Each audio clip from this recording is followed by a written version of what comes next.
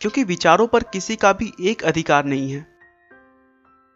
ऐसा कहना है धीरूभाई अंबानी का, जिन्होंने एक साधारण परिवार से दुनिया के सबसे अमीर इंसानों में से एक होने का संघर्ष भरा रास्ता तय किया।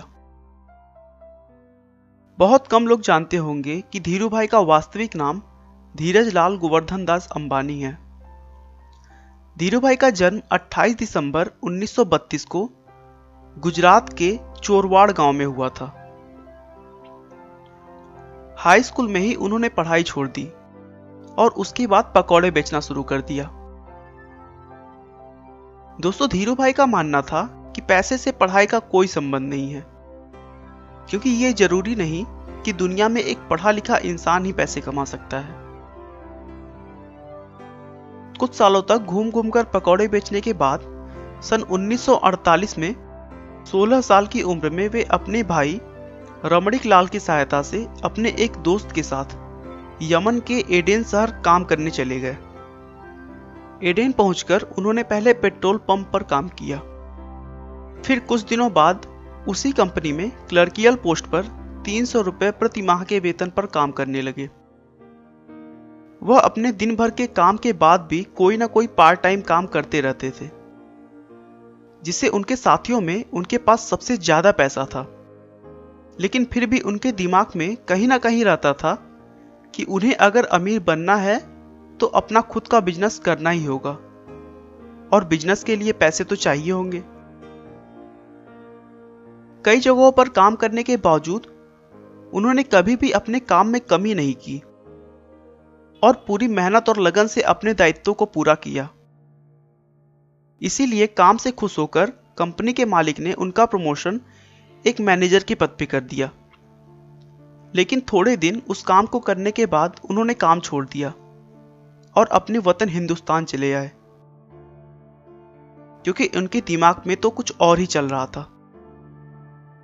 1955 में उन्होंने 15,000 रुपए लगाकर अपने चचेरे भाई चंपकलाल दमानी के साथ मिलकर मसालों के निर्यात और पॉलिस्टर धागे के आयात का बिजनेस स्टार्ट किया। उनके मेहनत के दम पर अगले कुछ सालों में कंपनी का टर्नओवर 10 लाख रुपए सालाना हो गया।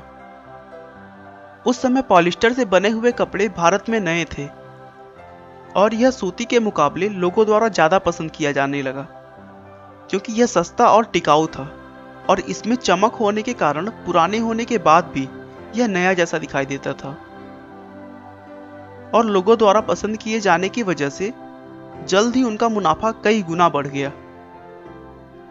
कुछ वर्षों के बाद धीरूभाई अंबानी और चंपकलाल दमानी की व्यावसायिक साझेदारी समाप्त हो गई, क्योंकि दोनों के स्वभाव और व्यापार करने के तरीके बिल्कुल अलग थे।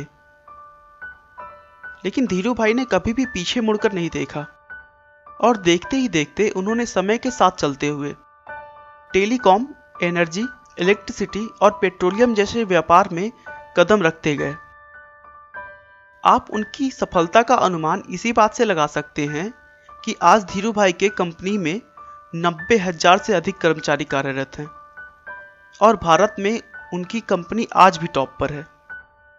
दोस्तों, अगर समय की मांग के अनुरूप आपने अपने आप को ढाल लिया ना, तो कुछ भी असंभव नहीं रह जाता। 6 जुलाई 2002 को धीरूभाई अंबानी ने दुनिया से विदा ली,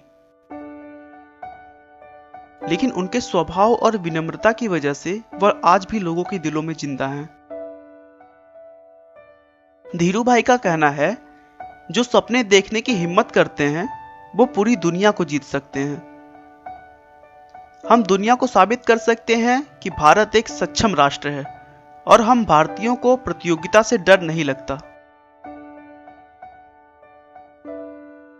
आपका बहुमूल्य समय देने के लिए बहुत बहुत धन्यवाद। इस वीडियो को लाइक करके आप हमारा मनोबल बढ़ा सकते हैं। मैं हर रोज एक नई इंस्पिरेशनल और मोटिवेशनल वीडियो के साथ आता हूं।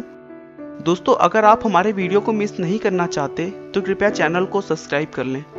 आपको यह कहानी कैसी लगी हमें कमेंट करके जरूर बताएं। धन्यवाद।